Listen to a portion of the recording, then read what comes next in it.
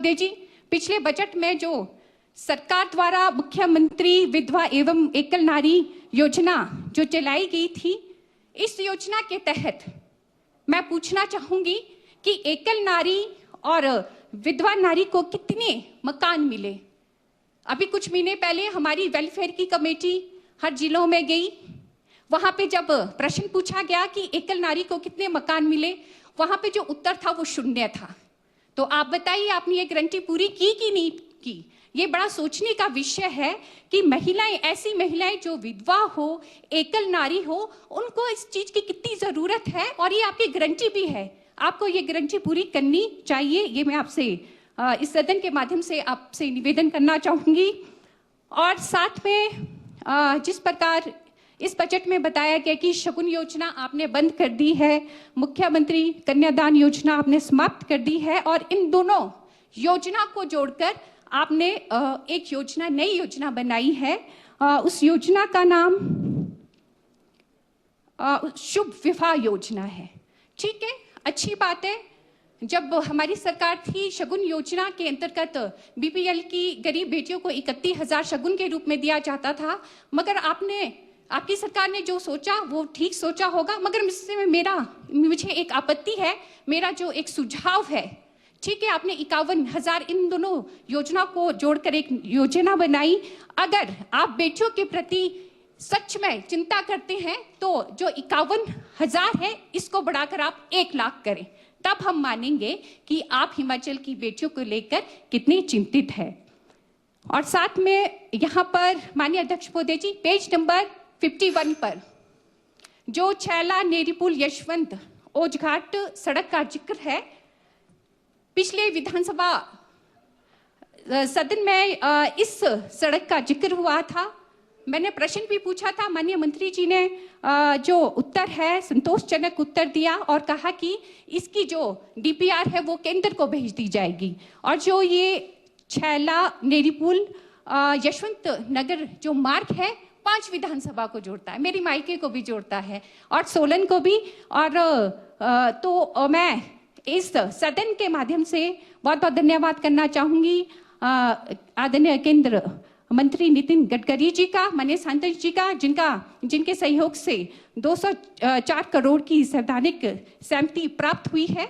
और इसके अलावा मेरी विधानसभा जो क्षेत्र में एक बहुत ही महत्वपूर्ण सड़क है, सरान टू चंडीगढ़ रोड, जिसकी स्थिति बहुत ही दयनीय है।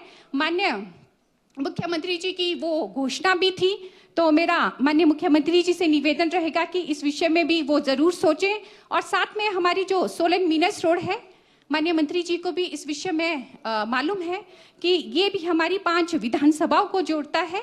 ये हमारे सोलन, राजगढ़, नौराधार, शिलाई और उत्तराखंड से होकर ये सड़क जाती है। बहुत ही महत्वपूर्ण ये सड़क है और काफी लंबे समय से जो लोगों की डिमांड है कि इसको भी डबल लाइन किया जाए, तो इसमें भी आप जरूर संज्ञान लें। और साथ में स्वास्थ्य सुविधाओं को देखते हुए, जिस प्रकार पिछले बजट की बात इसलिए करनी पड़ेगी क्योंकि आदर्श स्वास्थ्य संस्थान खोलने की पिछले बजट में घोषणा हुई थी, जिसमें हर प्रकार की सुविधा, जैसे 6 जो विशेषज्ञ डॉक्टर, मेडिसिन, सर्जर, इसमें स्त्री रोग, बाल रोग, अल्ट्रासाउंड, रेडियोलॉजिस्ट आदि ऐसी सेवाएं देनी थी।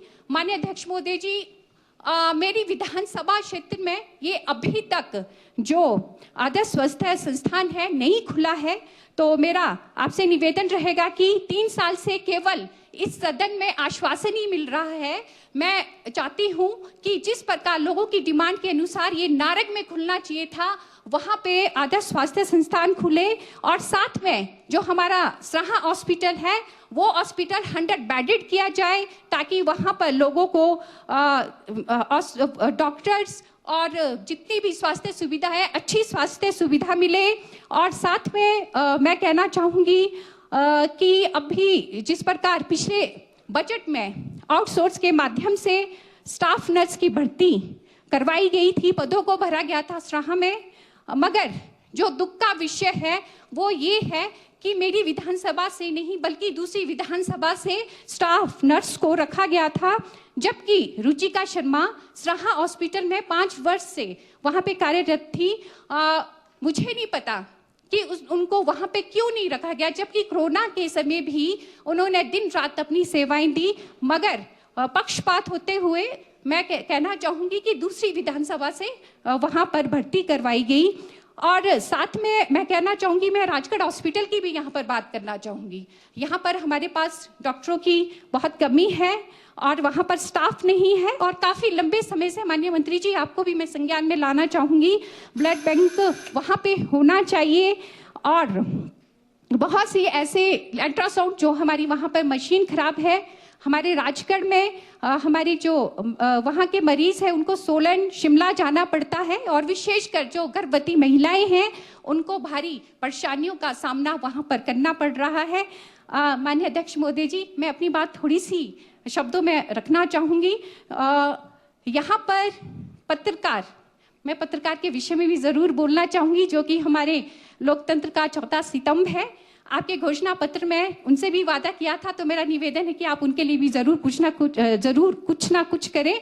और साथ में इसके अतिरिक्त जल शक्ति विभाग, बिजली विभाग, लोक निर्माण विभाग में भी हमारे राजगढ़ और सराहा में काफ़ी जो पद है वो खाली है। हमारे पास राजगढ़ में लंबे समय से खंड विकास अधिकारी हमारे पास नहीं है, और पिछले बजट में जिस प्रकार अग्निशमन केंद्र राजगढ़ में आपने खोलने की घोषणा की थी, पिछले बजट में था, मगर स्वीकृति होने के बाद भी अग्निशमन केंद्र राजगढ़ में नहीं खुला है। उसके विषय में आप जरूर सोचें।